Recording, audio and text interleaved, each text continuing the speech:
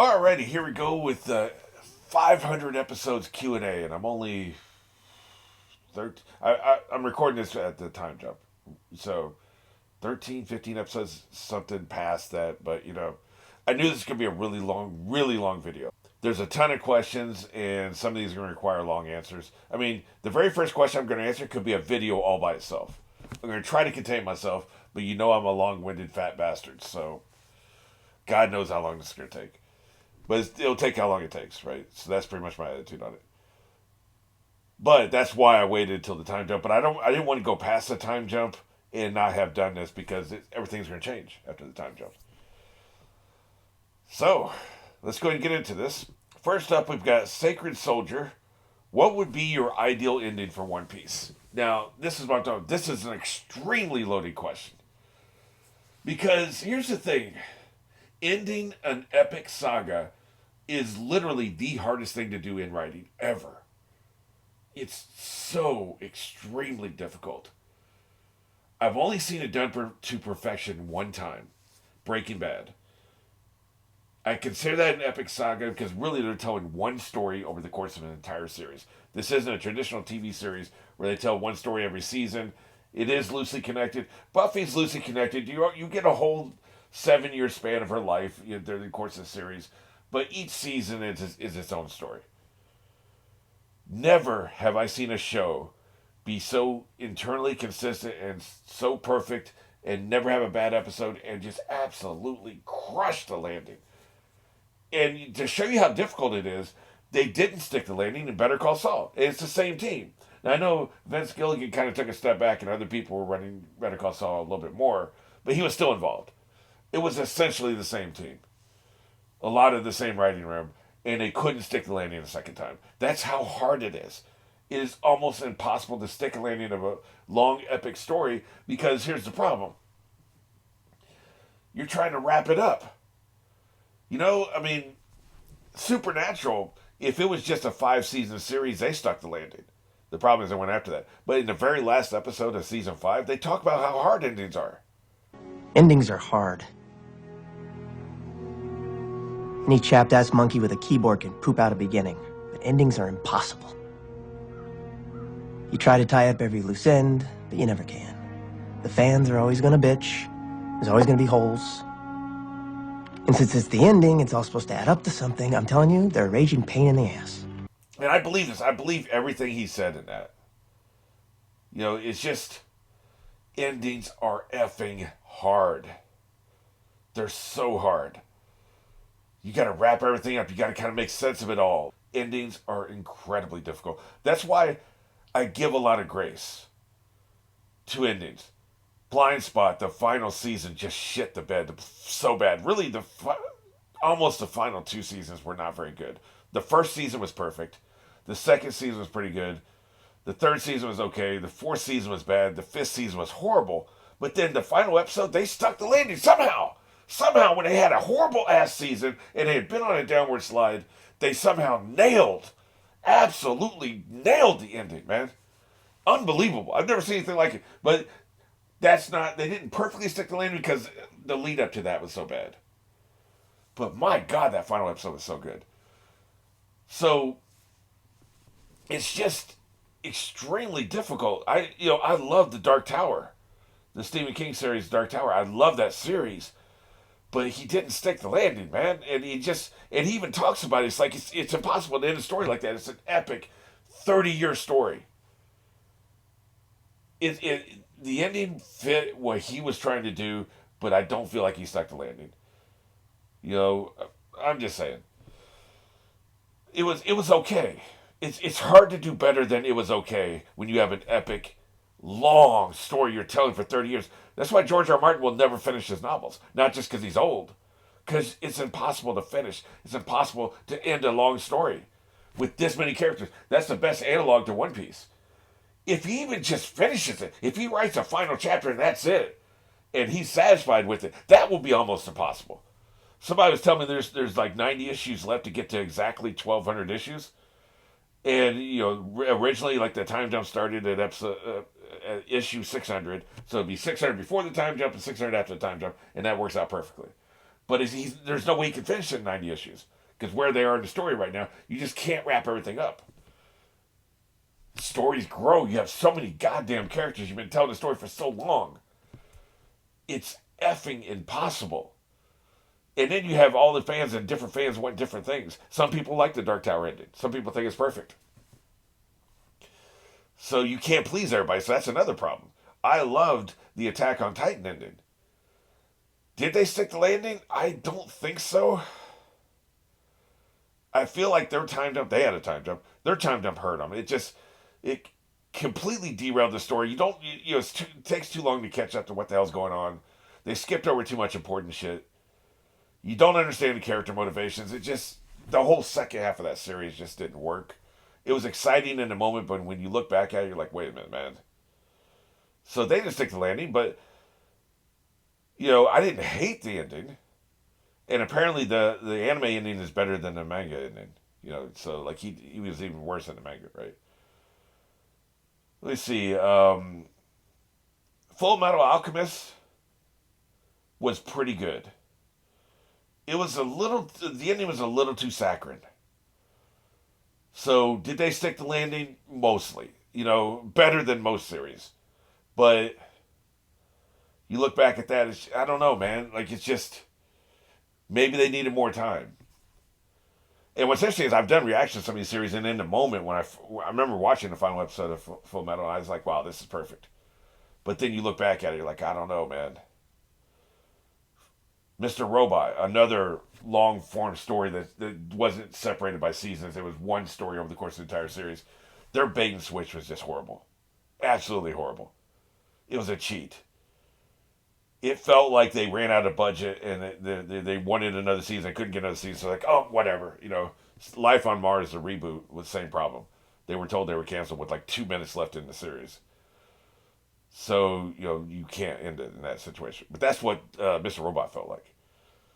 So you look at all these shows and all these books, and I don't know if movie series can count as epics. Like Star Wars Saga, 9 movies is still only, 20 hours? It's not very much. That's one season of Attack on Titan, One season of Supernatural. So that's not enough runtime, I don't think. We're talking about long-form epic stories that stretch over a vast amount of time. Like, the amount of time it takes to consume the entire project is more than 20 hours. How long does it take to read the Dark Tower series? It's 8 novels. I think there's a couple of short stories in there somewhere. So it takes a long time. It takes longer than 20 hours. I don't want to put a hard number on it, but we got to be talking about at least probably 100 hours time investment. Roughly, I'm just saying, you have to spend a lot amount of time on that. So it's just goddamn impossible, man. To end stories. So, first of all, I'll be impressed if he even ends it at all. And I believe he will. Unlike George R. R. Martin, I actually believe this guy will end it. Especially since he's much younger than I thought he was. He's only in his 40s. I thought he was in his 60s. Just because this is so damn good and he's been doing it for so long. So, finishing it will be epic. Sticking the landing would literally make him probably the best author in history. And I know I'm a hyperbolic person. I tend to be. And like I said, I loved Fullmetal. Then I get some distance from it. I'm like, well, maybe I was overreacting a little bit. Overreacting as a reaction channel. I'm sure that name is out there, Overreactions. That's got to be a channel name out there somewhere. But if he sticks to landing, who's better than him? The Lord of the Rings, again, I don't think it was supposed to be just one novel. Really, the intention was it's just one novel. It wasn't even supposed to be a trilogy. He wrote his one novel, just publishing, couldn't publish a book that big, right? How long does it take to read the entire series? I think you could read the entire series in less time than you can watch the 3 extended versions of the movie. So we're talking about 12 hours? It's been so long since I've read the series. I read it once when I was in high school. It was a long time ago.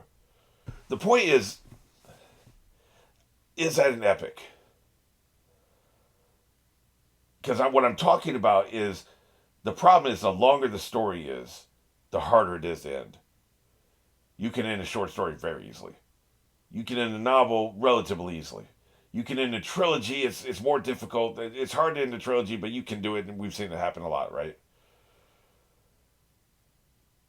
Ending a series of novels like Wheel of Time or, Harry Potter. Harry Potter, like that probably takes more than 12. It probably takes more than 20 hours. She didn't stick the landing. She didn't stick the landing. It was okay. It was okay. She did not stick the landing. So, Lord of the Rings, I think he stuck the landing, but I don't think it really qualifies for what I'm talking about here. It needed to be at least 5, 6, 7 volumes, I think, for it to be the category we're talking about. We're talking about One Piece, 1,200 issues. It's probably going to be 1,400 episodes of the anime. I mean, so that's what I'm talking about here. Lord of the Rings, as well as he stuck the landing, doesn't really qualify for what we're talking about here. So, for what I'm talking about, I've seen it once in the entire human history. I've seen it happen once. But going back to what I was saying about the author, the reason I brought up Tolkien is it's probably his biggest competition for best author in the entire history of the humanity. That's probably his biggest competition, and what he's accomplished is more impressive. Biggest creative mind might be like Leonardo da Vinci. Like, yeah, he was an inventor, but that's still creativity. He painted. Didn't he write stories? Like, that dude was just like, he was so effing talented. Just absolutely incredible. The number of like, if he had been born today, like, we'd be on the moon, colonizing the moon right now. That's how impressive of a mind he is. He's up in that category. We're talking about a truly spectacular creative mind, like what he has accomplished. And it's even more impressive than an author because he's also doing the drawings, right? So it's not just he's a great storyteller, he's a great narrative creator, but he's also he's a great artist. And he's very creative with the art. And that's another component. So, like, I really do believe he's the greatest creative mind we've ever seen. And I don't think anybody's even close. Neil Gaiman might be the closest. Neil Gaiman has his issues, though. His characters are flat, cardboard. He's much better with the plot and the world building. And Odo can do the world building, but he can also do the characterization. And he can throw a swerve and a plot twist, and he's really funny. And, like, my God, man, I'm not going to keep kissing his ass, but I'm just telling you, like, it's incredibly impressive. If anybody can ever take the top spot for sticking a landing, it's going to be him. But, boy, it's such a high degree of difficulty. Okay, so I'm 13 minutes into this recording. I haven't even answered the first question yet because I'm just setting up my answer. Okay, so given that landscape, what we know, given the fact that how hard it'll be to stick the landing, to me, the perfect ending for One Piece would be we overthrow the effing government, get them out of here. We find out everything that happened in the past, whatever deep, dark secret the government is hiding. And we get a new world government, and, the ending I thought they should have had for Supernatural, spoiler alert, not really, because I don't think anybody else even thought this was a possibility for an ending. At the end of Supernatural, they had 15 seasons, over 300 episodes of fighting monsters. Vampires and demons and everything else under the sun, all these creatures, all these dark, mythological, supernatural creatures that are killing people on a daily basis. Regular human beings with no powers are getting butchered and slaughtered on a regular basis because these monsters are hanging out. I thought at the end, they should have done something, some MacGuffin, some spell, something that would have wiped out the supernatural life on Earth. Taken them out, gotten rid of all the creatures, because they've spent 15 seasons hunting these creatures, killing them to save humanity. So what you should do at the end is you should wipe them all out. They're gone. New world order. You have eliminated all the monsters in the world. Humanity is now safe. That would be the ideal ending for that series, and they didn't go there at all. They had status quo. I thought like that was a huge missed opportunity. So here, how many effing problems have been caused by the devil fruits? I think the ideal ending is you remove that magic from the world. Tolkien kind of did that in a way. I don't really remember. But, magic, George R. R. Martin is kind of doing that with Song of Ice and Fire, where it's like science is coming up and magic is going down. That, I think, would be the ideal ending, because without devil fruits, you can't have random people terrorizing entire populations. One devil fruit in one person, all of Skypiea was oppressed for 20 years, 100 years, however long it was. Blackbeard takes a couple devil fruits, he can terrorize people. Crocodile takes a devil fruit, he terrorizes all these people. Look around. Yes, we have heroes with devil fruit doing good things, but you wouldn't need them if you didn't have evil people with devil fruit. If they're just normal people, they can only do but so much damage. Now, without devil fruits, you can never challenge the world government. But that's what you have to do. I think the ideal ending to One Piece is you overthrow the government, put in an actual good government, and you eliminate the devil fruits. And so people can be safe. People can go somewhere. Now, the only problem you now have is you still have all these damn monsters and sea kings and all this crap that can kill people that are dangerous. Science will take care of that. You know, if we had big sea kings in our oceans right now, there wouldn't be a problem. We'd be eating good because, you know, science would be capturing those bitches and they'd be on our grill and we'd be frying them up with lemon and butter. Just saying, man. Science will take care of that. And we know that they have a lot of science in this world. They have cannons and they have ships and they don't really have metal ships. They still have wooden ships. But they have the ability to make metal ships. They seem to have combustion engines. They definitely have steam engines for sure. You know, the trains and stuff. They're not far away. If you take away the reliance on magic and you take away the devil fruits, technology would be enough to take care of these beasts. So, yeah, so that's my ideal ending. Like, big picture. Character-wise, I mean, I'm not far enough in the story to know. Like, you know, for instance, we got a whole nother 600 issues. Well, 510 so far that are out, as far as I know. Luffy can be married and have 3 kids by the time we get to the end of the 5. So his end game would be very different than if he's still single. And I'm not saying relationships are an end game. They typically are, but that doesn't necessarily have to be that way. I do think that the show is shipping Luffy and Hancock. I think they will end up together. If only so she can die and he can have some more trauma and another reason to go after people. I can see that happening. I don't see any of the Straw Hats having any romance. Like, I just never get that vibe, but I can see them having romance with people outside of the group. So I could see that. But as far as King of the Pirates, I mean, do we even know what the hell that means? I think that's one of these things that it's a goal, but by the time you get to the end of the story, you don't even want it. Like, you know, you're going after a dragon, and by the time you get to the end of the story, you realize dragons suck, and you're like, I don't even want this dragon. Go away. I could have it if I wanted to, but I don't want it anymore. That's a viable story option. I could totally see him getting to the point where he doesn't want to be king of the pirates. Pirates suck. I know in this context, I talked about this very early on in the series. In this context, piracy is more like exploration, but we also see the bad side of pirates. Just merely flying the flag. I know the government's corrupt, but you're basically terrorists. Pirates are basically terrorists in this world. So basically, you're signing on to be a terrorist. He wants to be king of the terrorists.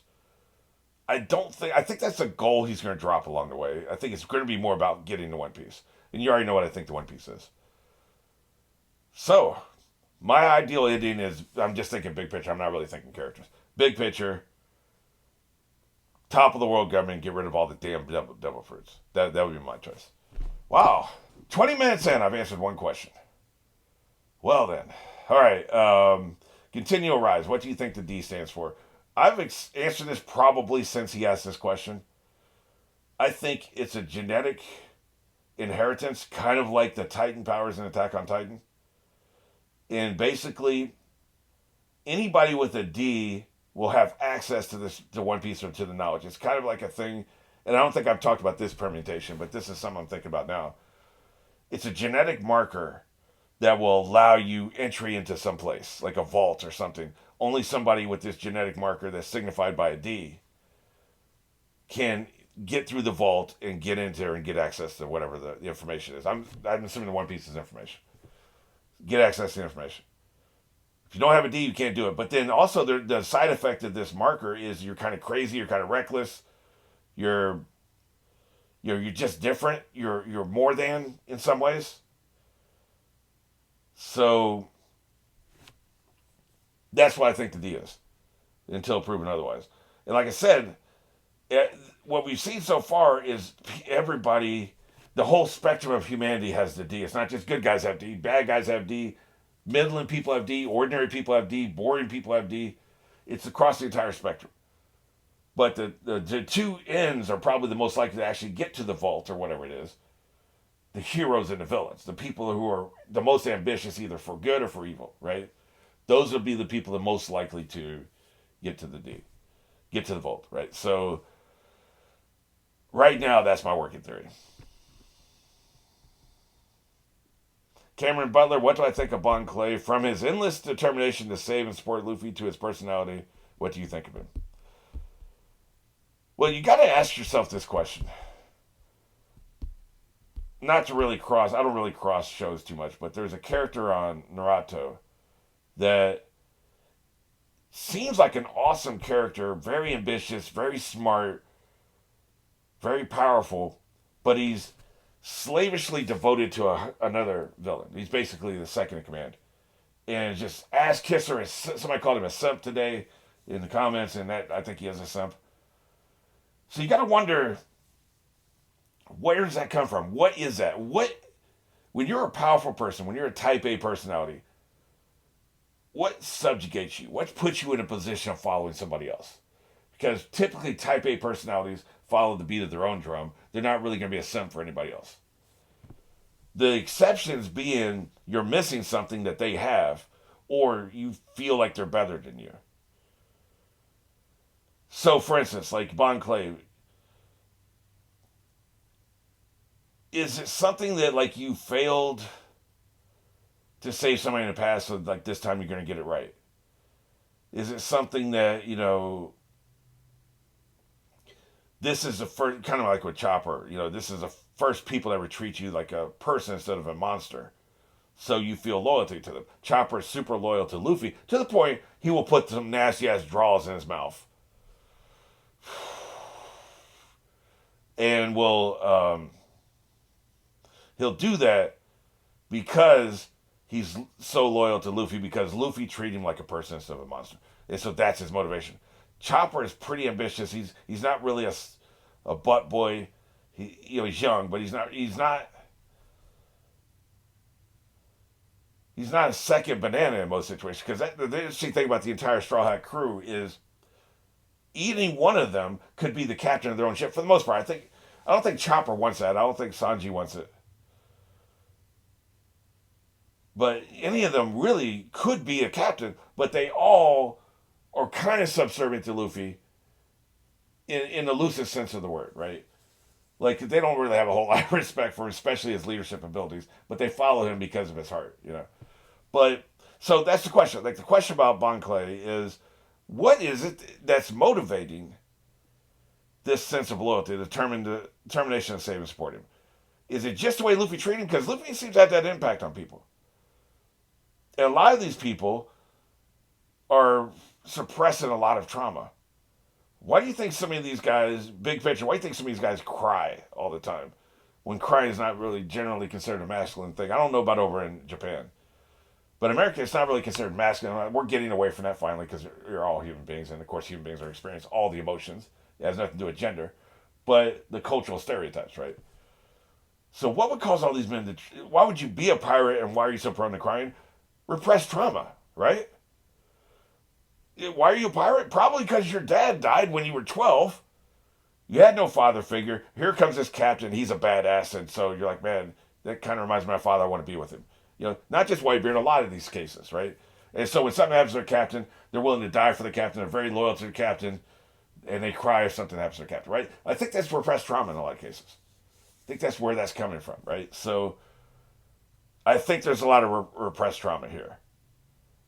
So that's the thing. Like, I think the key to a lot of this characterization is probably going to be unsaid. We're never going to know what Marco's trauma is, or Bon Clay's trauma, or any of these interesting people. Sometimes they'll give us that, but they don't really do the villain flashback backstory in this series the way they do in other series. We get the hero flashback backstory a lot of times, but we don't really why is Crocodile the way he is? What was his childhood like? Did his mom beat him? Did his father put clothespins on his penis or something? What happened there? What kind of Stephen King backstory, origin story do these people have? We'll never know, because they don't really do that on this show. as far as I remember. Now, you'll probably remember 3 times that I did it with villains, but I don't remember. But yeah, so I think he's a good case where Luffy, the way Luffy treats people comes back to him in threes. It's kind of like the Wicca thing. If you're mean to somebody, it comes back to you threefold. If you're nice to somebody, it comes back to you threefold. And he's not even doing it to get anything. That's just the way he is, and he has that impact on people. We've seen it time and again. I think Bon Clay is a really good example of that. Continue Rise. What do I think of the world building so far? Why do I think it's structured the way it is? Well, we know how I feel about the world building. I think I've gone into that a lot. But is the question talking about, do I like the world? Would I want to live in this world? Of course not. I think the world is internally inconsistent. Everything makes sense. The snail stuff makes sense. The technology makes sense. Here's the thing, because like getting back to Naruto for a second. The world building doesn't make sense because it probably makes sense to the author, but it doesn't make sense to the audience, at least to me, because you've got you have power lines in the background. Walking, you'll see power lines. They have electricity, but they don't have cars. They don't even ride horses. What civilization still walks but has electricity? That would never happen. The world building makes no sense, right? So, but they don't ride any animals. There's nobody riding horses. You'll see people riding like clay birds, but nobody's hang gliding anywhere. Like everybody just walks, and that's not an efficient way to get around. Sometimes we have to get over there really fast, and they just have no method. I don't even think they take boats or ships for it. I'm trying to think. Have I ever even seen anybody take a boat down river somewhere? No, they just walk. They walk everywhere. Now, they can travel faster than regular humans, but it's not an efficient way to go. In Vampire Diaries, the vampires can go really fast. They still take cars and planes because that's more efficient. It's just a faster, more effective way to get places. So that world building makes no sense. I'm sure it makes sense to the author, but it has not been explained in any coherent way to the audience. Here, the world building eventually gets explained to the audience. Now, some people said there's been some out-of-story explanations, which I'm not a big fan of. Your explanations should be in the story. But there's so much happening in this story, in this world. And Luffy, again, is our lens, like I talked about in the previous video. Luffy doesn't care how the snails work. So we can only find out but so much because he doesn't care. Somebody will start explaining the snails to him and be like, I don't care about that. Where's the food? Or where's the guy I'm looking for to kick his ass? He doesn't care. So that's just what it is. So it's hard to inject all the exposition and the world building into the story in a organic way. So he has to resort to out-of-story methods, but I don't like that. I think it should be in the story. But either way, there's been nothing I've seen that's been like, this makes no goddamn sense. The ballistics are a little inconsistent. You have turrets that look like they fire, they're rifle. They have rifled barrels. Turrets from like World War II on these ships. But then a cannonball will come out of it. So why does a turret look like it does? That doesn't really make sense. That could just be an art thing. It's something that looks cool, so they do it. You sacrifice a little bit of world building there, and there probably could be an explanation for that. But there's little things like that. But big picture, there's been nothing, and there were a lot of mysteries that haven't been explained yet, but there's been nothing that stood out to me like, wow, this just makes no sense. They even have submarines, which would be one thing I would question if they didn't have. But they haven't, so okay. So yeah, I mean, there are things that I think there have to be different. People have talked about there's different species as far as some people have two joints in their arms. I'm just starting to discover this recently. They're called long arms. So people have two joints in their arms instead of one. Clearly, there were different races of human beings evolved together, and they're all living in the same world together. That's what's happening. That's why you have so many different sized people, and then you have different looking people. And then you have you'll have things like the people with the wings that are living up in the sky here. That seems like evolution. And you have the mermen, fishmen they call them. And then you've got the fruits that are kind of morphing people, turning people into animals and stuff, and turning animals into people. So you have all that going on. But I think, because I was watching a video recently that was saying how many different species of, if that's the right word, I'm not sure species is the right word. It could be a different word. how many different types of human beings have there been on Earth? And he was speculating there's been at least 5. Like, we've all heard of, like, the Neanderthals, right? But there's been other kinds. There was one that's a really small kind of person. Neanderthals are bigger. And there is evidence that the Neanderthals and the Homo sapiens were living at the same time. And the original premise was we thought that the Homo sapiens killed the Neanderthals. We come to find out they were living peacefully together. And it was more that they couldn't handle the cold in Europe. Europe had an ice age. And Neanderthals just couldn't adjust to the cold, and they died out that way. Because we haven't found any skeletons that seem to have been, skeletons seem to have been killed, like butchered or killed in a war or anything. And also, Neanderthals did make tools. The other thought was like they couldn't make tools, so they died off. No, they could make tools. So a lot of what we used to think about Neanderthals is not true. And unlike what they said in Westworld, humanity didn't eat the Neanderthals. We didn't eat them. They just died out because they couldn't adapt to the cold. But what would have happened if Neanderthals had evolved to modern age? If there were Neanderthals, and there were Homo sapiens, and there's Homo tiny person, and Homo something else, like if there were like 4 or 5 kinds, we would have a situation like One Piece. Now, probably one of the things that would have happened is the racism would have been exclusively for the different species of humans. Hopefully species is the right word. I think species could be like the Homo thing, and then you have different. I'm not an anthropologist, so I don't know. But the different types of humans, the racism probably, okay, well, we hate Neanderthals because we're Homo sapien. And the small people, like, well, we hate both of them because they're taller than us. And then the other, whatever other kind there would be, I forget. But what's interesting about this, by the way, is it seems like all of us are related to Homo, or to the Neanderthals, because they had a better resistance to disease that we have found in their bones that the Homo erectus didn't have, and Homo sapiens didn't have it first. And we can find Homo sapien bones from really long way back that didn't have this resistance to disease, a gene that we now all have. So there was some intermarriage. There was some stuff happening. There was some sex things happening, and then we inherited that superior defense to disease from the Neanderthal, right? So all of us are kind of descended from that in a very small way. But anyway, yeah, I think like you would have that, and we don't really see that kind of racism here in this world building so far, where it's like, you're really tall, so we hate you because you're really tall, or you're really small, so we hate you because you're really small. Other than saying you're weak, get out of my face.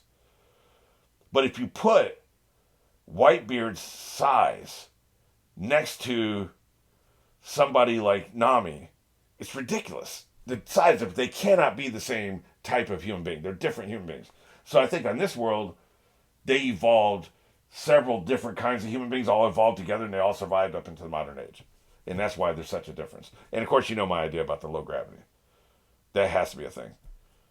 So my headcanon combined with what we've seen, yeah, I really like the world building. I like how I'm not sure what you mean by structured. I think you're just saying, like, the way things are. Seems fine to me. It's interesting, and it's different enough to be interesting without being so different it's ludicrous.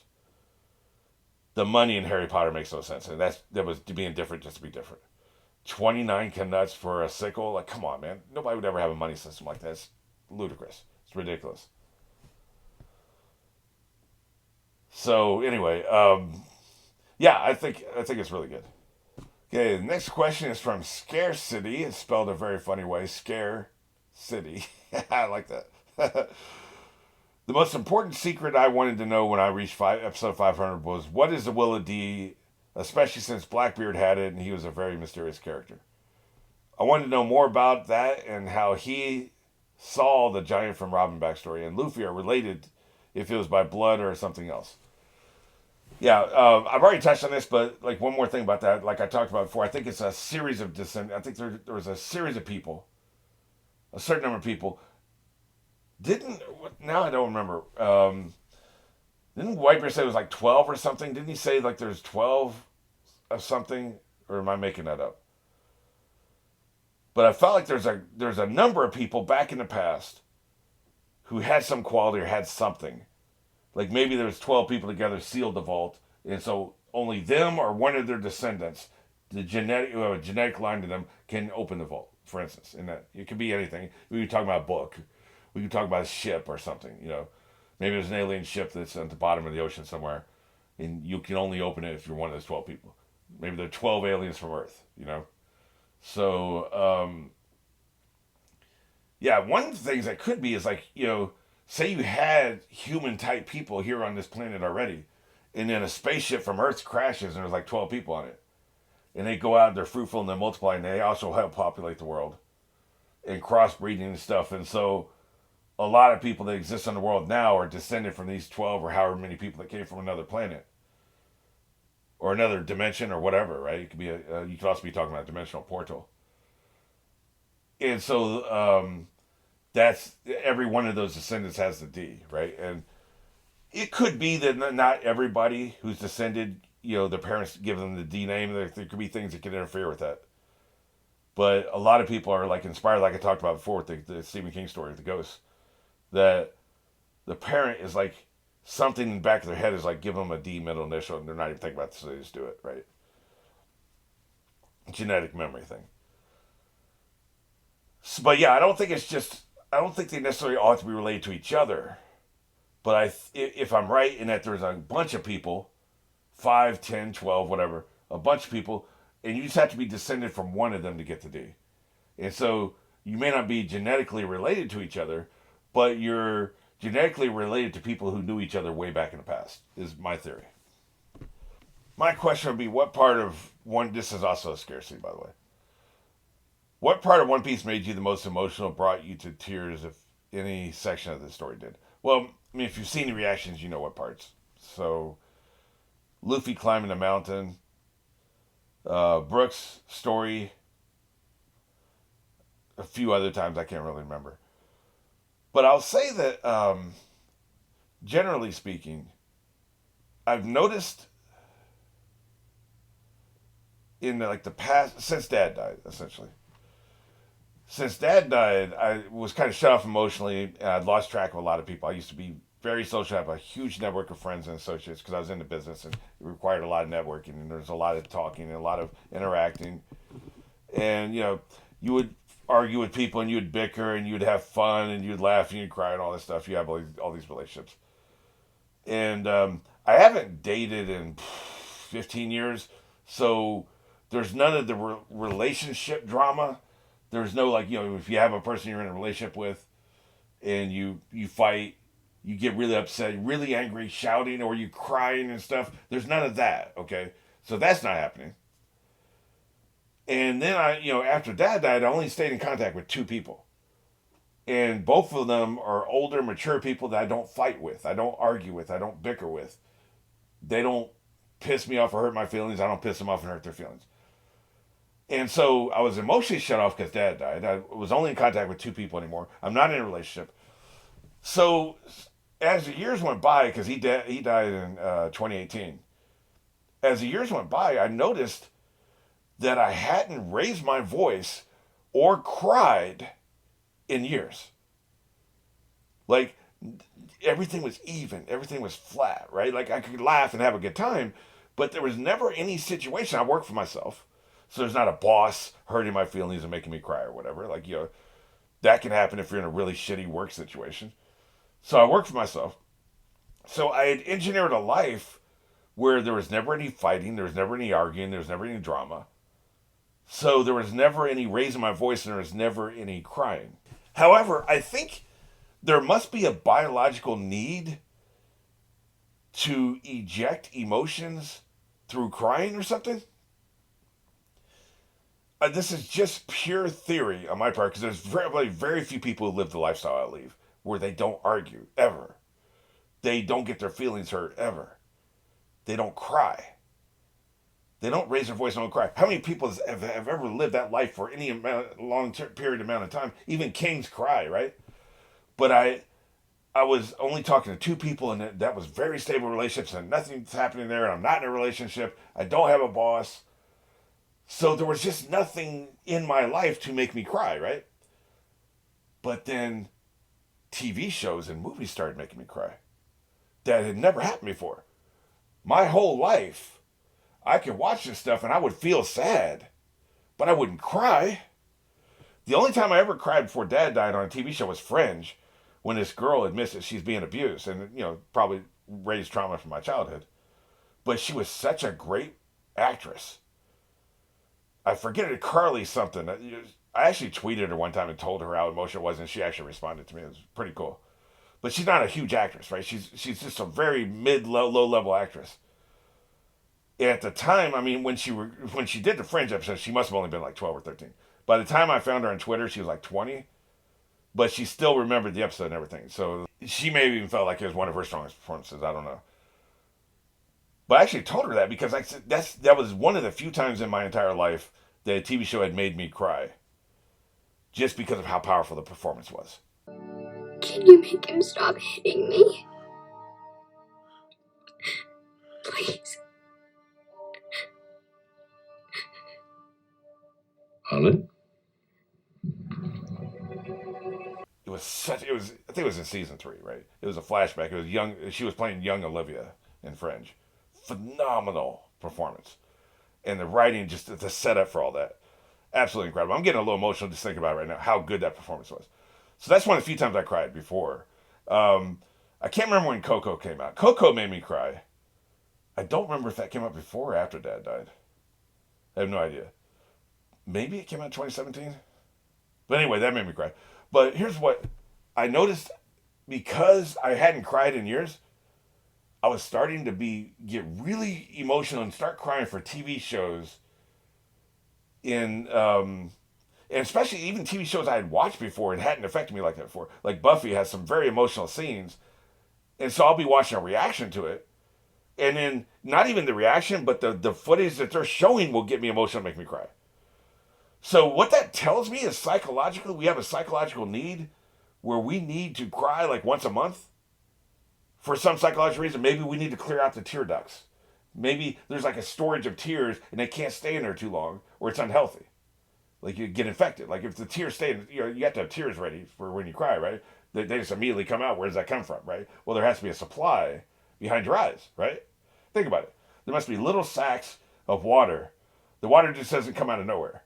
It's not like it's like, oh wait, we need to cry. Let's pull some water out of this blood and let's make tears real quick. No, the water has to already be there. There has to be little sacks of water, right? So I think biologically, and look, I'm not a doctor. I don't know what the hell I'm talking about. I could be completely wrong. I'm just saying this is what I think. Logically, right?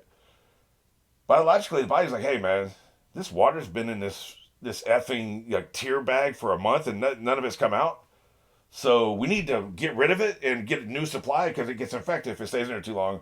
The next time you watch something sad, just make him cry. Essentially, I think is what's going on.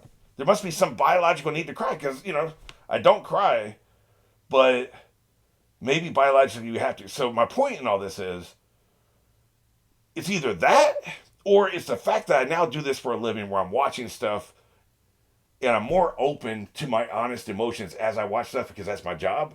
To be honest, express what I'm feeling as I'm feeling it. Good, bad, ugly, happy, sad.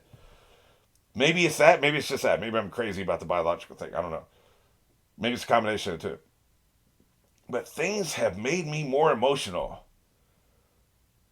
in the past 5 years than ever in my life. So One Piece does it.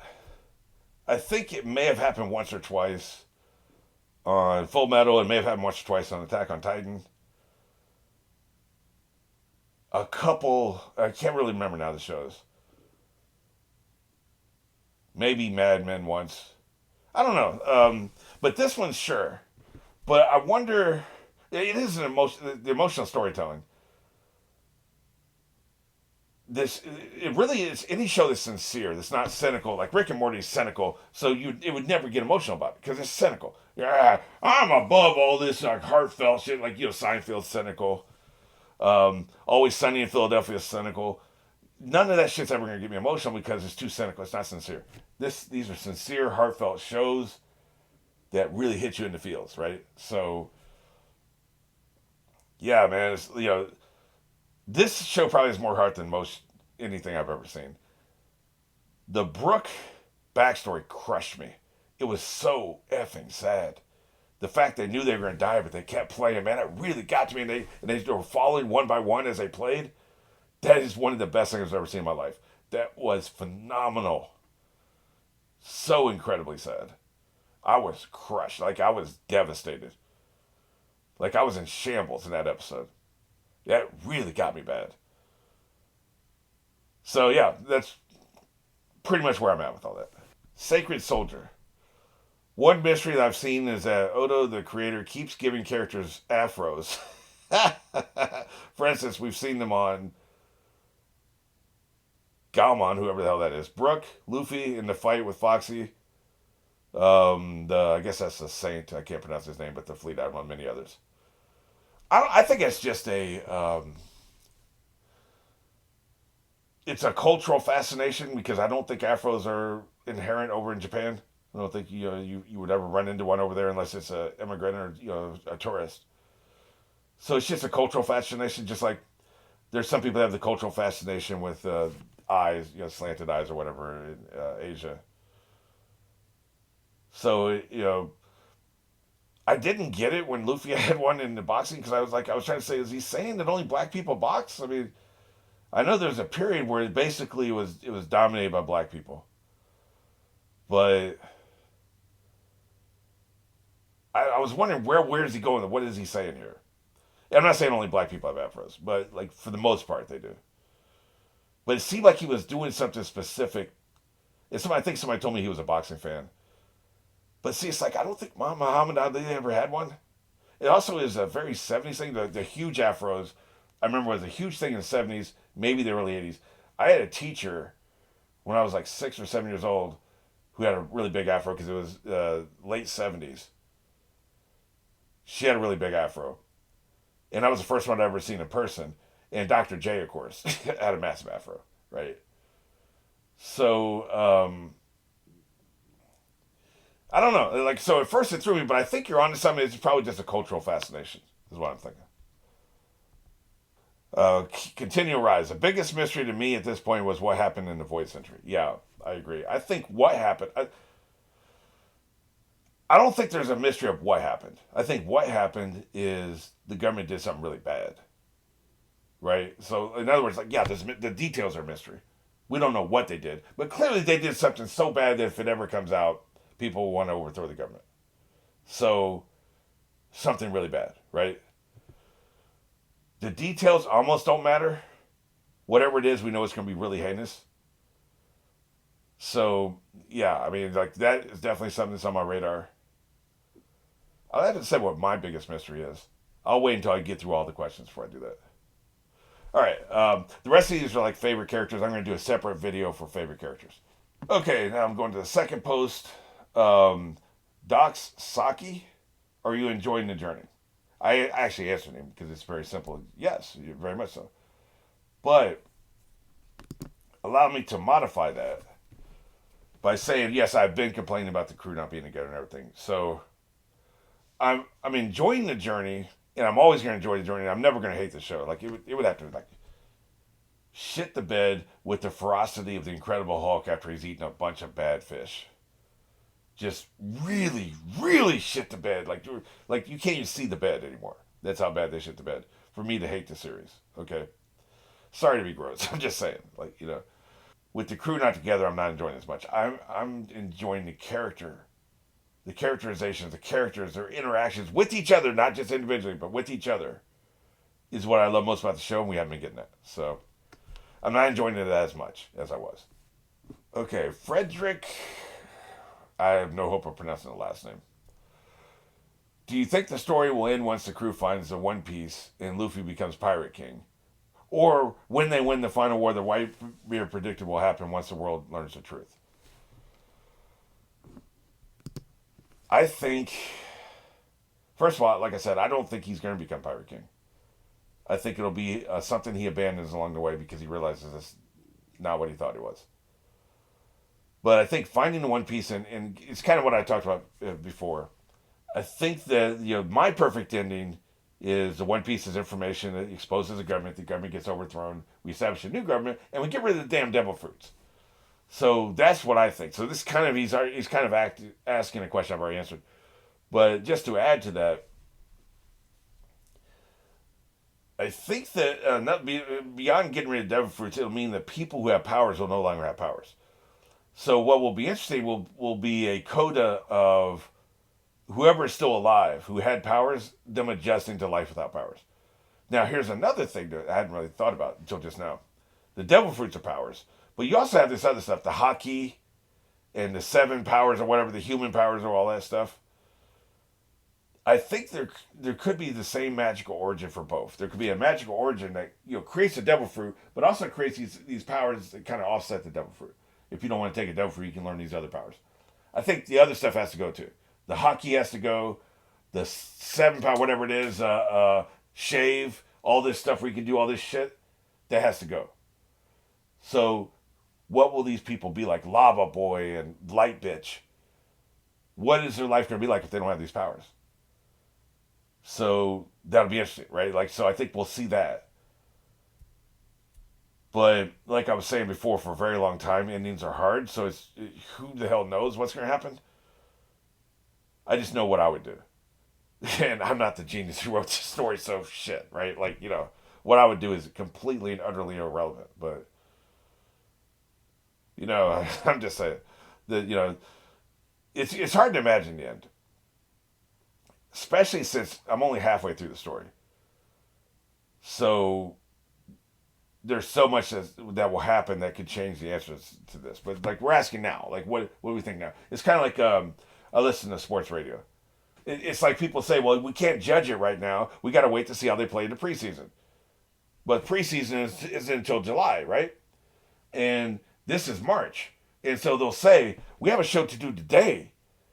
We'll worry about the show we're doing in July when we get to July. We have a radio show we're doing today. We have to do 4 hours today. We have to talk about this today. You can't say just wait till preseason. So kind of the same sentiment, right?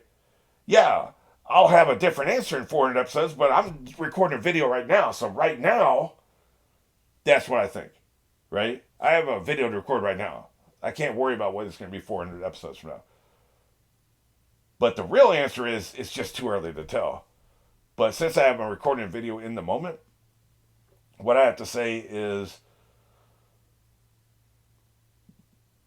what I think should happen. The community has been long divided on that since Oda once said that it would end when they find the One Piece. Personally, I think it'll end with the war, and I want to see Pirate King Luffy versus the world government. Yeah, like I said, I don't think he's going to be a Pirate King, and I don't think it's important. I think that's a childish aspiration. I want to be an astronaut, not knowing you have to be like 8 years of college and been clean all your life, and you can't have any drunken brawls or anything, and even then you have to be in peak physical shape, and even then like, for instance, I'm deaf one ear, so half my career options went out the window. I wanted to be in the military. Get your ass out of here, kid. Deaf ass. Get your deaf ass out of here. You can't join. So a lot of things come up, right? Like, there's a lot of childish aspirations that were never realistic. And this is one of them, because basically pirates are terrorists. But here's the thing, the corrupt world government says that. And yet, you kind of have to side with them on this, because then you see pirates terrorizing towns and, kidnapping people and extorting people and all this stuff. And you're also in charge of them. If you're king of pirates, you get credit for all piracy. And piracy is bad. So I can't see our hero protagonist at the end of the day being the king of the pirates and sitting on the throne and you got pirates terrorizing people. It's not a good look. So I think that'll fall by the wayside. And as far as the war goes, you say war, but war can mean a lot of different things. I don't think it's a matter of, hey, you line up here, we line up there, let's go kick your ass. Like Marineford or something. Marineford. I think it's more that the war is getting the information out to everybody. The battle will be a battle of information, a battle of hearts and minds. It'll be a battle of how do we get this to everybody? And once everybody knows, the government can't function. If everybody knows the truth, you talk about justice. These assholes be espousing shit about justice, right? What if you realize you come from an unjust origin? How do you feel then? Some of these people will turn on the government themselves. So who are you fighting? Like if Light Bitch is standing there, he's going to fight you, but then he finds out the government is corrupt and what they did is so heinous he can't support it, he won't fight you. It's a battle of hearts and minds. That's the actual war. That's what I think it's going to be. I don't think it's going to be what we think it is. It's not just going to be people duking it out, you know. We'll see. Like, I'm making a lot of assumptions here, but that's how I see it right now. Most hated enemies. This is from Pizza Goat 42. Most hated enemies. Well, the clear-cut answer is the dude with the metal jaw who wanted to kill Robin. My God, he was a vile, horrid human being. He sucked. He just absolutely sucked. He just kept beating the shit out of her. He kept gloating. He was a punk ass. Like, you might can dig it if a bad guy is brave. Like, that means a lot to me. Like, he's vile and he's horrible and he does horrible things, but he's not a bitch. Then that works for me. I like it. Like, that moves me. I respect you. But if you're all those things and you're also a bitch-ass coward, man, the worst. The absolute worst. So, dude, man, that dude sucked. He's one of the few people they've actually killed in cold blood. Robin killed his ass. And you're goddamn right she did. F that dude, man. Matter of fact, I'm going to use my one cuss word. Fuck that dude! I feel I can get away with one. You know, fuck, FX can do it, right? So he stands head and shoulders above everybody else. What power that you've seen so far would you choose? Well, it'd have to be Robin's power, wouldn't it? Now, somebody said that she does have one limitation in that, okay, say she has 100 arms. If one of those arms gets injured, her arm gets injured. So it's like, it's a mirror. I don't know how that works because we've seen her do hundreds of arms. She'll do hundreds of arms and make wings, right? So how does that work? If just one out of 100 gets injured, you get injured? I don't know. So that could be a limitation. But it's such a range weapon. It's so flexible. We've seen her use it in so many ways. So I'm all about the versatility. You don't want a power that just has one use. What good is it to fly if you don't have like super skin that can absorb impacts so that when you land somewhere you break your ankles every time you land? Flying's useless. What good is flying if you can't go up very high where it's really cold and you can't breathe, but you're also freezing, right? So flying only works if you have other powers. Like Superman, flying works because he has super skin. He can take a landing. He doesn't freeze when he's up high. Flying only works if you have other powers. So invisibility sucks because if you're invisible, you can't see. You need visible eyes for light to bounce off in order to see. So you're blind. You're invisible, but you're blind. That sucks. Not that we've seen invisible powers here, but I'm just saying in general. So a lot of what we think are really good powers kind of suck. Fire sucks. What if you don't want to kill them? Well, you can't really use fire, can you? What if you're in a room and you have a bunch of money in there and you don't want to burn your money, so you can't use your fire powers? That sucks. Electricity is easily defeated by rubber, as we've seen. So a lot of these powers are not all they're cut out to be. Crocodile's pretty decent, but he has his vulnerabilities, the water. So for me, all things considered, I want the most possible uses where if I'm not fighting people, I can still use a power and make my life better. It'll be Robin's power. How do I feel about using snail phones? Well, we've talked about that quite a bit. Pizza Goat's back at episode 120 or something like that. So I go into that in great detail later. He'll run into that at that point. But I will say this. I wonder this the same way I wonder about real life. Who is the first person walking along in the woods and sees a mushroom, a nasty-ass, fungus-ass mushroom growing out of a pile of shit and said, hey, I want to try eating that? How hungry were you where you tried eating that? I want to know this. We'll never know. Because what happened was a traveler is traveling through an area and he sees people, he meets some people and they're cooking food and they give him this bowl of food and he's like, wait a minute, what's this? And I'll go, this is a mushroom. It grows over there. Look at that. He tries it. He's like, wow, this is really good. Somebody told him it was that nasty thing growing over there is delicious. Somebody told him that. So he takes that forward and he tells other people. Who was the first person? We'll never know, but I want to know that. So, where this relates to this. Who was the first person to look at a snail and was like, I want to talk in his ass? Who did that? How did that happen? We'll never know. But I'm curious about that. It's like it's because we have real world examples of this all over the place. Who was the first person to think of that? Who was the first person to think of coffee? Right? Like, you were cooking these beans are nasty. Isn't coffee toxic? The coffee beans, aren't they toxic? I don't know. I think they are. Or they taste like shit. So it's like, okay, well, the bean tastes like shit, but this juice that came out of the bean, it tastes good. Who did that? How'd that happen? And who thought of like having a weasel eat the coffee bean, shit it out, and then you take that and you make coffee out of that weasel shit? Who thought of that? We'll never know. But yeah, who was thinking of, I want to talk in that snail's ass and see what happens? And I will say, for the 100th time, the way the snails take on the personality of the person talking through them is always going to be funny to me. The snail be scowling if it's mad. The snail be happy if the person's happy. If the person's an idiot, they'll have an idiotic expression on his face. That is always funny to me.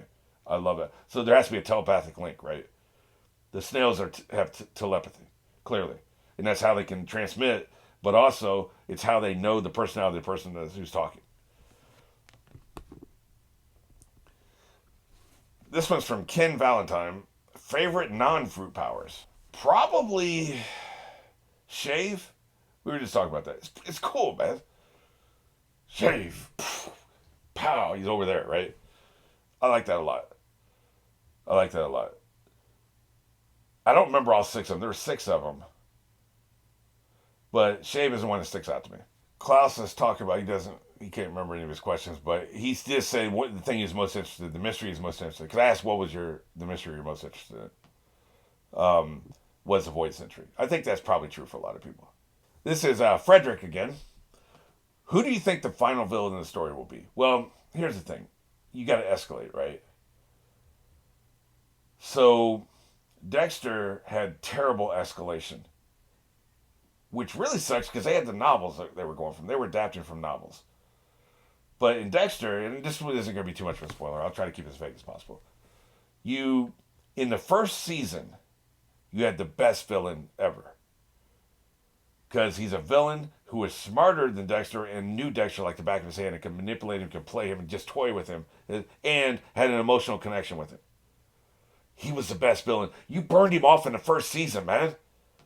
Who the hell does that? Don't you know about escalation? It's like the first season of Buffy, you have her fight a god. Okay, the next season, where you can have her fight a dog? Like, come on, man. It's like you don't do that. You gotta scale it up. You gotta escalate it. Dexter, very first season, fighting the best villain. Second season, he had him almost get caught. Those are in-game storylines here, and they burn him off in the first 2 seasons. Third season, they had a pretty good villain. Fourth season, they had a great villain. Fifth season, I really liked the 5th season. And they had a group of villains. The first time you had a group of villains, you had to fight your way through the group. There's more than one, right? That was brilliant. And then it was all downhill from there because they had already shot their wad. They had done all their best ideas in the first 5 seasons. And so the last 3 seasons, 4 seasons, if you count the abomination that was New Blood, it was all downhill. Because they did not know how to plan out a series. They shot their wad early. And they've defended it. Hey, man, you use your best material when you have it, and you'll think of something better next season. Well, you didn't think of something better next season. You didn't do it, so you shouldn't have done what you did. You should have done it differently, right? Look, scoreboard. Look at the scoreboard. You can talk all this shit you can talk all this shit you want to about, well, it's a writer's job to come up with something better next season. You use the best idea you have in the moment. No, you don't. It's called escalation. It's called scaling. You don't shoot your wad too early, or you have what happened where the series goes off a cliff. Buffy, much better. Start with the vampire. Season 2, 3 vampires, right? Season 3, now you've got a different kind of supernatural threat. Okay, that was pretty good. Season 4, they had a plan, and then an actress bailed on, so it was a little bit of trouble. But basically, it was an organization, so it's still escalation. The idea was escalation. They didn't execute it very well, but that was their idea. They were still escalating. Season 5, a god. Okay. Season 6, because you can't go any further than God. There's only one place you can go further than God, and they had 2 seasons left, so they knew better. What would it look like to go from God to the devil, and then season 7 is, okay, just 3 guys? That'd have been idiotic. So that's why you go from God to just 3 guys to the devil, okay? Because at least they understood. You had to de-escalate because you had 2 seasons left. They understood. You should have put the 3 guys at season 4 or 5 and then put the God at season 6 and then the devil in season 7. That's what you should have done. But they didn't really know if they didn't know they were getting all the way to season 7.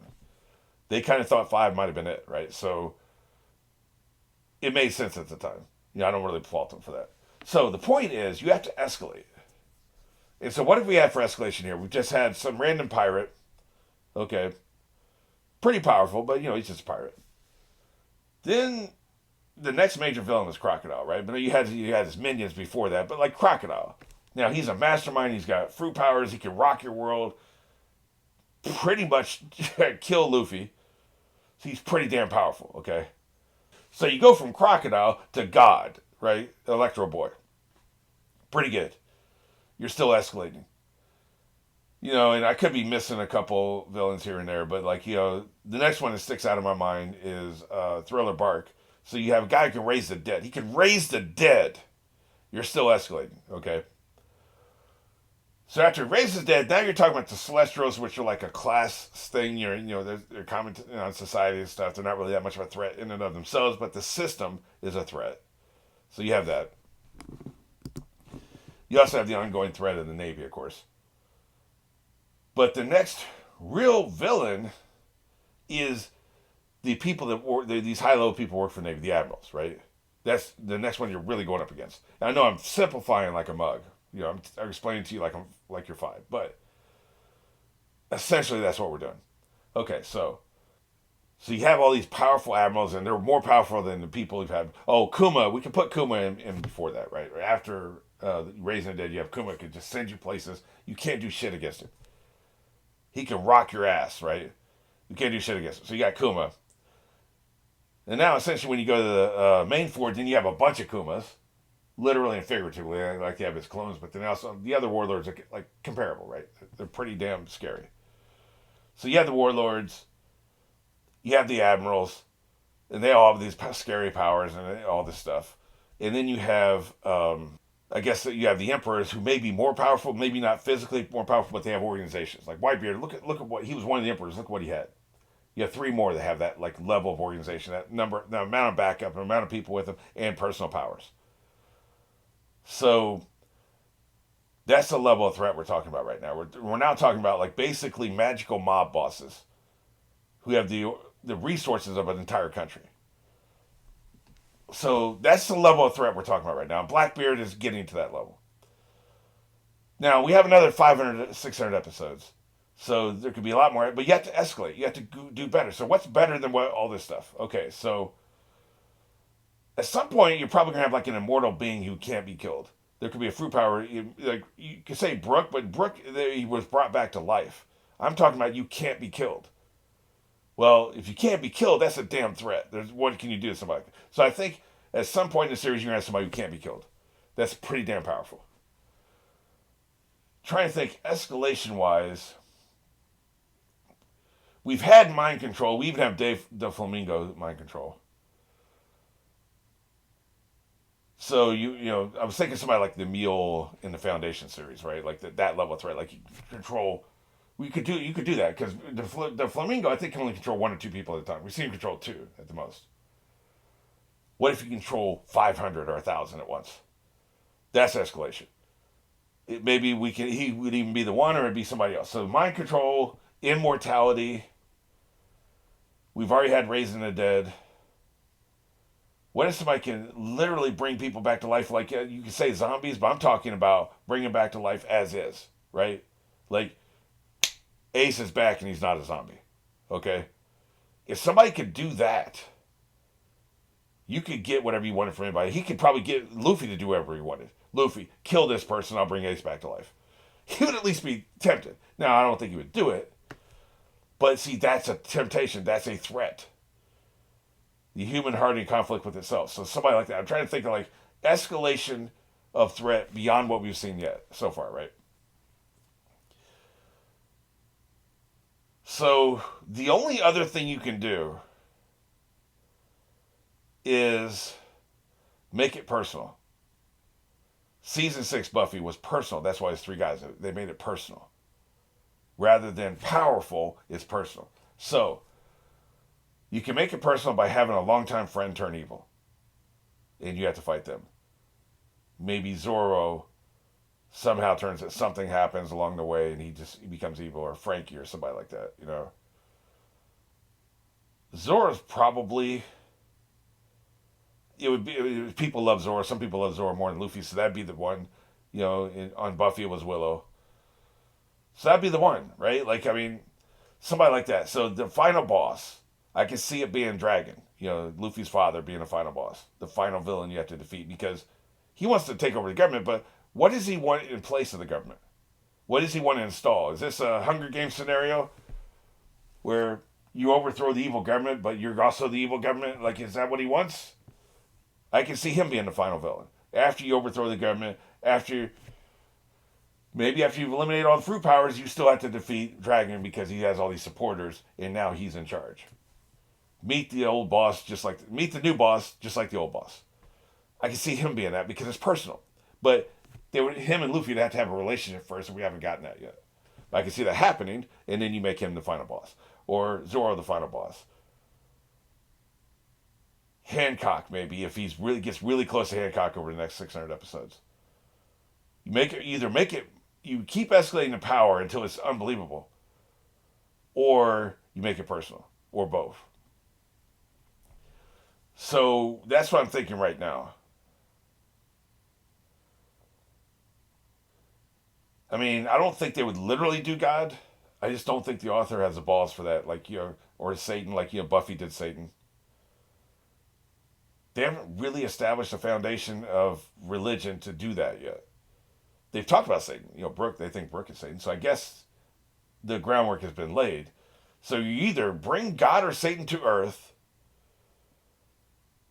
You have somebody who's immortal, who can raise the dead, like really raise the dead, not zombies.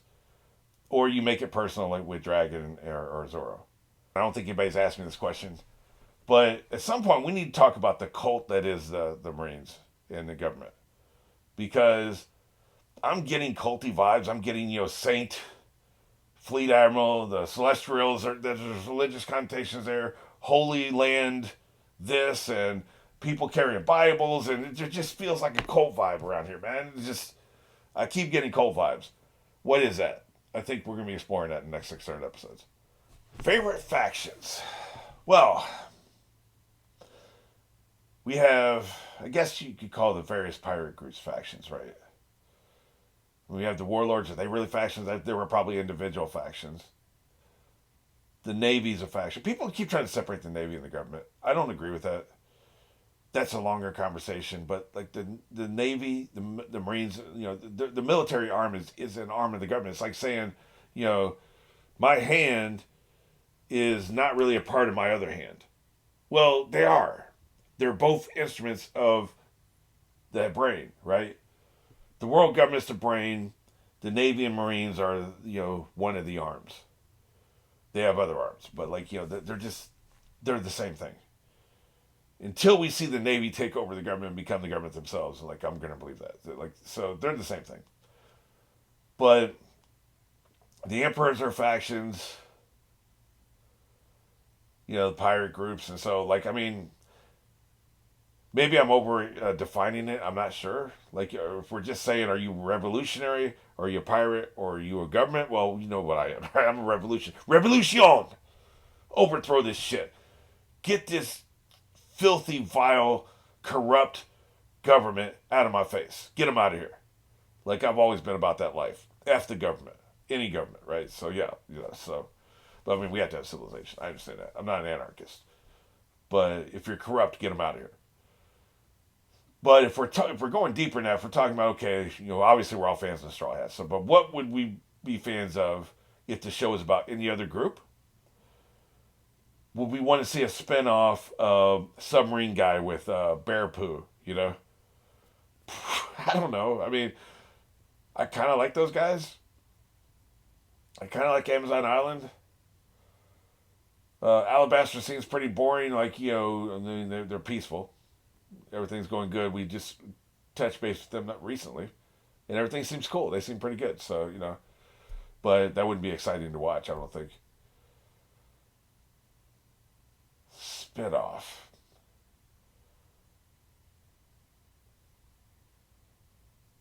I wouldn't mind it if seeing like a Whitebeard spinoff, just see what they do on a regular basis. Is he just chilling, getting his medication with his nurses, and having the money roll in? Does he traffic in drugs? Like, how does he make his money? What do the pirates actually do on a daily basis? Like, that would be interesting to explore that. Are they raiding people? Are they protecting? Is it extortion? Is it like, look, it'd be a shame if something happened to your supply lines, if people started raiding your supply ships, so chip us off something. Is that what they do? Is it a protection racket? We'll protect you or else, right? I wouldn't have minded that, but they're dead. So I guess Shanks, he has a couple guys, right? Like, does he have an organization? Does he have a whole group of ships? What is his racket? Is he running a protection racket? Does he have gambling dens? Is he trafficking drugs? Like, how are you making your money? What are you doing? Like, that, it would be interesting to explore these questions, right? So, I guess if we're talking about favorite factions, that's kind of my descending order. Favorite animals. Not giraffes. That giraffe was effing stupid. I guess raccoon dog's my favorite. Chopper. He's a reindeer, right? Is that what he was? He was a reindeer turned into human. I don't know why they keep calling him a raccoon. Like, raccoons and reindeers don't look anything alike. Maybe because he's so small. But yeah, I guess I'll have to go with the reindeer. Dogs, of course. The dogs are always hilarious. The dogs on the show. Their expressions. And those wolves came up one time trying to start some shit. Luffy kicked the queen's ass, and then they were all cool. We're all good, right? You establish dominance, and we can party. Favorite crews? I think we kind of just went over that. So I guess factions are different than crews, huh? Yeah, I guess I kind of answered both questions there. Favorite gags? Well, my favorite all-time joke is one I've talked about several times. A ship is crashing down from the sky, and Usopp's terrified, so he closes his eyes and gives himself a serenity prayer. When he opens his eyes, there's a skeleton that had been falling and was right in front of his face. He starts screaming. That's my favorite joke in the entire series. I was dying. I think I had to stop the recording. I was laughing so hard. That was hilarious. Usopp's got a lot of my favorite jokes. I think I used to hate him as a coward, but he won me over with how funny he is. Also, the just how Luffy will just immediately ask somebody to join the crew. You're a funny bone man. Join my crew. Idiot. And it was annoying, but it was also hilarious in the Foxy games when Luffy fired the shot again and he wanted to play 3 more games. Boy, I was effing pissed. And, but yeah, that shit was funny. Another one, of course, is Nami's greed. When they were trying to tell her how much money they would give her for all the pirate treasure. And Usopp and whoever was with him, maybe Sanji, they said, oh yeah, that sounds good. And she slammed her foot down and she's like, if you insult my intelligence again, I'll kill you or something like that. She was pissed. They were trying to cheat her. She knew exactly how much that shit was worth. And he tried to lowball her. And she slammed her foot down. That was hilarious. I was dying. So yeah, those are some of my favorite gags. Tyanja? I don't know how to pronounce it. Favorite 7 warlord? Well, it's got to be Hancock, right? She's hilarious. One of the many funny gags is the way she will bend over backwards so she can look down her nose at somebody. What is that? Ridiculous. And how she's in love with Luffy, but she can't even talk to him. I mean, what are you, 12? She thinks they're married because they've had 3 conversations. What are you, 9? She's hilarious. And to reiterate one more time, the difference between her and Sanji is she has one object of her desire. I'm totally fine with it. I have no problem with that. My problem with Sanji is every single woman who walks and breathes he wants to be with. Dude, make up your goddamn mind. It would be funny if it was just one. Like, say it was just Nami. And then Robin joins in. Now it's Robin and he doesn't care about Nami anymore. There would be a lot of comedic potential for that. She could go up to me like, hey, man, like, what's up? Yeah, let me try to manipulate you. And he don't care anymore because now he's with Robin, right? In his mind. And she could be all offended and stuff. And even though she didn't want him, now she's offended he didn't want her. Like, there's a lot of comedic potential there. And they're not doing anything with it. Like, they're just, it's just every single woman. Like, how could you possibly be attracted to that many different people at the same time? It doesn't make any sense. And jokes have to have at least some foundation of sense. You can be as absurd as you want to, but like it has to be somewhere within the realm of humanity. And no human being's ever been like this.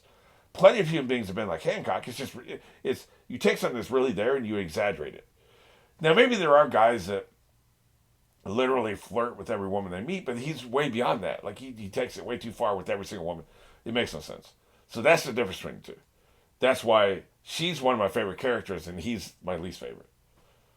So, favorite places. Somebody else asked that, actually. I'm glad you asked it, too. Favorite islands.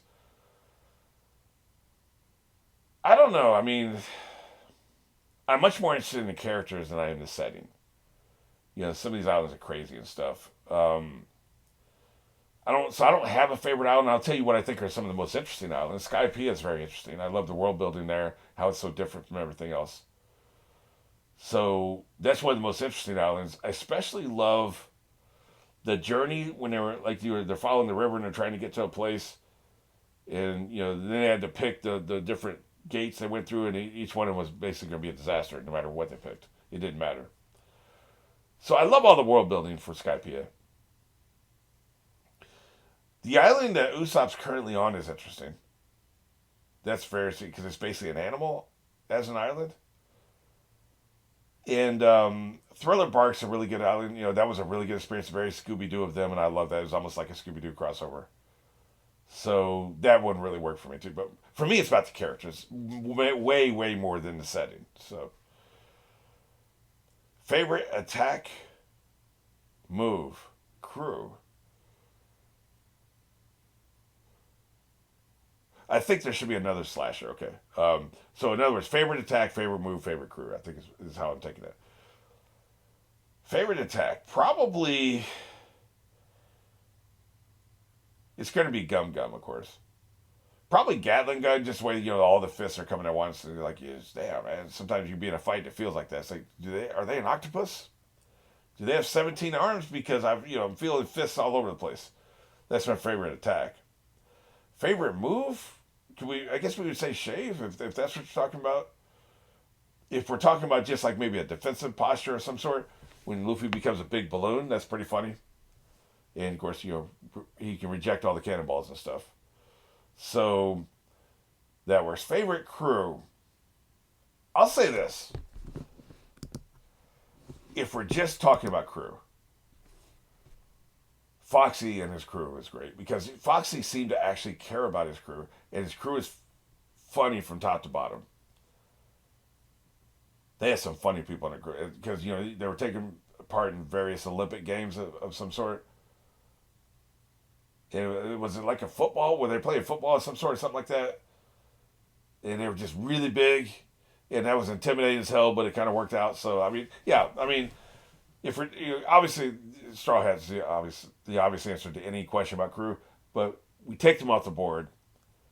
I would say it would be Foxy's crew. Favorite Marine people? There's only 2 Marine people I like. 2. That's it. And it's not Colby and whoever the hell that is with him. It's Smoker and Tabashi or whatever. I like them. They have a good dynamic. They seem to be halfway decent people. They're not corrupt. They're about that business. They're going to stand on business, but they're not assholes. They're not corrupt, and they're trying to do the right thing. So I like them. That's why they made the list so early, right? They were on the list. Zoro Sanji. This one for Frederick again. When Shanks showed up at Marineford, First Admiral, or Fleet Admiral, whatever his name is, accepted his request by saying, "Only because it's you. I allow it, red hair." What do you think he meant by that? Because it's you. This struck me the first time I read it. It didn't really strike me because it just seemed to imply a prior relationship, a respect. You did me a solid a couple times, so I'm going to do you a solid. That's how I took it. Like, I don't think it means he fears Shanks. You could take it that way. But I don't think that's what it means. I took it as you're a reasonable person. You just stopped the fight. Like, you stopped. It was time to stop. It was the right thing to do. You keep the peace in your region, which is what we want. And, you've done me a solid a few times in the past. So, and you're making a reasonable request, so I'm going to allow it. That's how I took it. I didn't read anything more into that. There could be more to read into that. There could be a different way to take it. But that's how I took it. Okay, now for some more general comments. Just some things that I don't have time to address in intros, and my thoughts are too long for like a comment. So let's go ahead and touch on some of those. First of all, this is from Pedro. I think it's Pedro. Okay, like I keep wanting to see that as Pedro Pascal, which would be really cool. Regarding the copulation of certain couples in One Piece, there are some very questionable instances throughout the series, and fans are definitely aware of and comment on. I haven't seen any case of that. There's been no situation where I was like, wait a minute, those two people are f***ing. I haven't seen that. Now, I'm not saying it hasn't happened. Maybe I missed it. Maybe it happens in the future. But I haven't seen any example of that anywhere. Which is fine. Like, I don't really need, graphic sex in my anime. And I don't care about the shipping crap. If people are hooking up, I mean, fine, right? I wouldn't be surprised if Zoro and Robin are hooking up. Just, casual. Keep it casual, right? Well, I say that in present tense as if they haven't been separated from each other for 3 years. But you know what I mean. No, I haven't seen any examples. So, feel free to point that out when you run across that, because I have not seen it. And I'm pretty good about noticing shit like that, too. So this one is again from Pedro. The Pirate Empress Hancock was mentioned at the end of Thriller Bark, chapter 489, episode 381. I guess I missed that. But they probably throw a lot of names out there that we don't see. Like, for instance, Vega Bach, or whatever that scientist from Frankie's Island, has apparently been name dropped a lot. I hadn't picked up on any of that, so I'm terrible with remembering these names. It is interesting that she got mentioned so far back. Like, clearly he knew who all the warlords were. But she was never going to show up to that meeting we had in 151. And that would have been the only time she would have stuck out. Seeing is believing. Like, when they mention names, it's hard for me to keep track of that shit.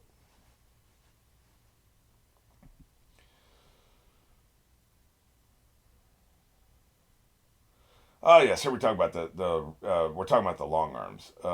HIG was telling me about this. With the different joints. Long arm people are a race tribe of people in the One Piece world. They have 2 joints in each arm.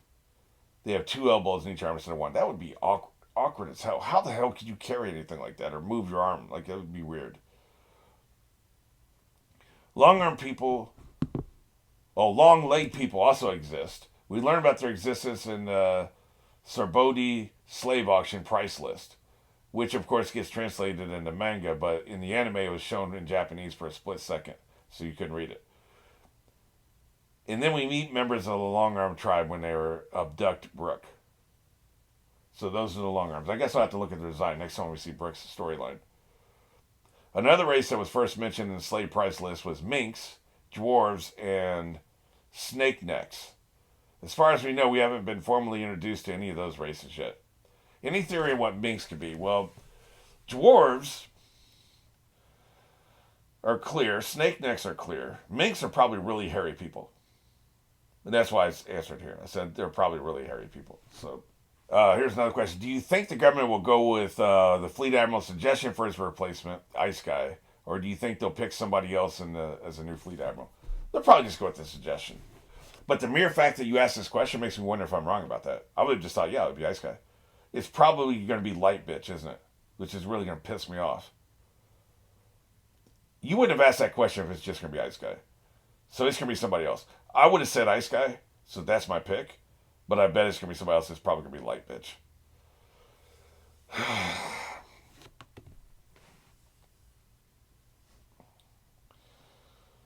The juxtaposition, this is still HI. The juxtaposition of the government and the Marines is interesting. Senior Marines are passing the torch on to younger generations, but the politics of the world are still controlled by the old men. It's kind of how it works, right? What was I watching where they were talking about the way people hold on to power? It was a comment in Succession. I was watching some normies' reactions to Succession. And somebody said in a comment about the way people hold on to power well past the time when they should be passing the torch to younger people. They're old, they're infirm, their brain is going, they're tired, they're confused, and they're still holding on to power because they have the power, right? They're not going to let it go. To the detriment of whatever organization they run, whether we're talking about...